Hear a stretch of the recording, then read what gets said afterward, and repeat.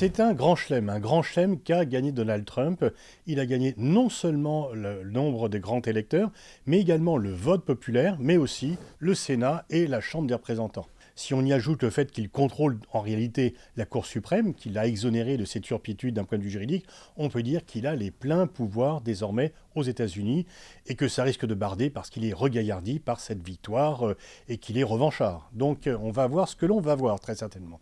Mais surtout, comment expliquer une aussi lourde défaite de Kamala Harris alors que les sondages, la veille encore, annonçaient un duel très serré, un coude à coude, dont on ne voyait pas trop qui pourrait être le vainqueur dans un duel qui n'aurait été vraiment incertain jusqu'au bout. En fait, Kamala Harris a très largement perdu le scrutin. Une fois encore, Trump est majoritaire dans le vote populaire, ce qui n'était pas le cas de George Bush en 2000, ce qui n'était pas son cas non plus en 2016. On voit que, en fait, Biden a une très lourde responsabilité.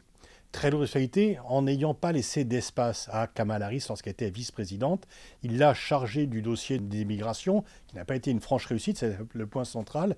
Et le moins que l'on puisse dire, c'est qu'il ne l'a pas mis en avant. Elle n'a pas existé réellement comme vice-présidente. Et puis, Biden a trop tardé à se retirer de la course. Il était très largement discrédité. Et en fait, comme il a tardé à se retirer de la course, Kamala Harris a été désignée par lui, par le prince, et non pas par un vote populaire. Elle n'a pas fait campagne pour remporter le vote, la désignation de la candidature démocrate. Et donc, en fait, c'était un peu une candidature pas hors sol, mais en tous les cas qui n'apparaissait pas après une bataille électorale. Et donc, c'était un peu la candidate de l'appareil démocrate et non pas des votants, ce qui va la gêner. Alors, très certainement qu'il y a beaucoup de gens qui n'ont pas voté pour elle ou qui ont voté pour Trump parce qu'elle est femme et noire et que ceci a joué contre elle. Mais en même temps, le seul fait d'être femme et noire ne pouvait pas l'assurer de la victoire. Il aurait fallu qu'elle incarne autre chose, ce qu'elle n'a pas fait. Bien sûr, la situation économique, à la fois bonne pour les États-Unis et mauvaise pour les citoyens américains, a joué contre elle. L'inflation, la difficulté à se loger, la question migratoire. Mais surtout, quel était son programme? Qu'est-ce que l'on peut retenir du programme de Kamala Harris? We are not going back, on ne reviendra pas en arrière, peut-être, mais le moins que l'on puisse dire, c'est que ce n'est pas extrêmement mobilisateur, ce n'est pas extrêmement enthousiasmant, et le fait de se définir avant tout et principalement contre Trump, a plutôt convaincu les électeurs américains de la centralité de la candidature de Trump, qui finalement a été mise en scène par Kamala Harris et par Biden, sans parler effectivement que le fait de le présenter comme un dictateur ou de dire que ceux qui votaient pour lui sont des ordures n'a pas arrangé l'affaire pour des gens qui voulaient représenter la décence par rapport à la grossièreté de Donald Trump. Alors, si bien sûr les raisons de genre, si effectivement le repli de l'Amérique blanche et des mâles américains qui ne voulaient pas avoir une femme au pouvoir et encore moins une femme métisse a joué, il est indéniable que la question de Gaza a également joué. Je ne dirais pas que c'est ça qui a fait la différence, mais ça a contribué. Trump, en fait, a fait 2 millions de voix de moins qu'en 2020. Donc il y a une adhésion à sa personne, mais qui n'est pas non plus un tel raz-de-marée. Par contre, Kamala Harris a fait 13 millions de voix de moins que Biden en 2020.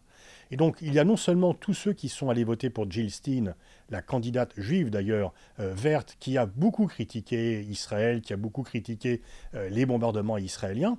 Et alors, dans la plupart des États pivots, l'addition Harris et Stein n'aurait pas suffi à battre Trump. Mais c'est surtout tous ceux qui ne sont pas allés voter.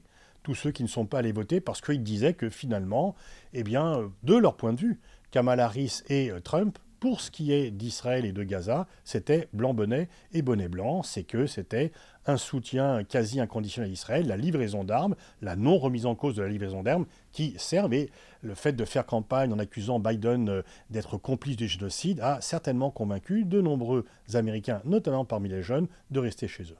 Et donc, par 2 fois, Donald Trump a battu une femme aux élections.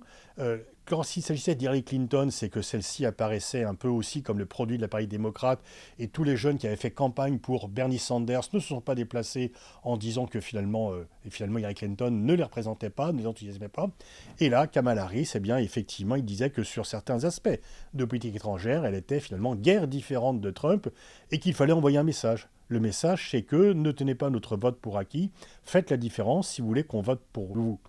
Donc une fois encore, la question de Gaza n'a pas été le seul élément qui a joué contre Kamala Harris, mais ça a été un des éléments qui explique sa défaite.